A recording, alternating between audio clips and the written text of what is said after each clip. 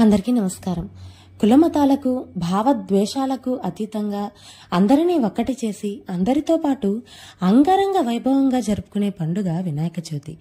ప్రకృతితో మమేకమై ప్రకృతి అందించే మట్టితో అందమైన వినాయకుడి రూపాన్ని తయారు చేసుకుని ఔషధ గుణాలు ఉన్న పత్రిని సేకరించి భక్తి శ్రద్ధలతో ఆ వినాయకుడికి మండపం పేర్చి ఉత్సవం జరుపుకుంటాం.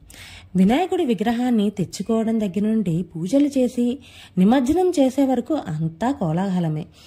ప్రతి మనిషి పుట్టి ఎన్ని భోగభాగ్యాలు అనుభవించినా చివరకు మరణించిన తరువాత ఆ మట్టిలోనే కలుస్తారు అనే విషయాన్ని మన పెద్దలు వినాయక నిమజ్జనంతో మనకు తాటదల్లపరిచారు. ప్రకృతి నుంచి లభించిన ప్రతి వస్తువు ఆ ప్రకృతికే సొంతం అనే అంతరార్థం వినాయక చవితి పండుగలో దాగుంది. భాద్రపదం అంటేనే వర్షాలు, అలాంటి వర్షాల వల్ల పొంగే వాగులు, ప్రబలే వ్యాధులు, ఔషధ గుణాలు ఉన్న ఈ పత్రిని పూజించి నీటిలో కలపడం వల్ల నీరు స్వచ్ఛమవుతుంది. తద్వారా ఆ నీటిని తాగే మన ఆరోగ్యాలు కూడా ఎంతో మెరుగుపడతాయి. సనాతన సాంప్రదాయాల్లో ప్రతి పండుగకు ఒక అర్థం ఉంది, విశిష్టత ఉంది. వాటిని గౌరవిద్దాం. మన పెద్దలు మనకు నేర్పిన పద్ధతిలోనే వీటిని జరుపుకుందాం.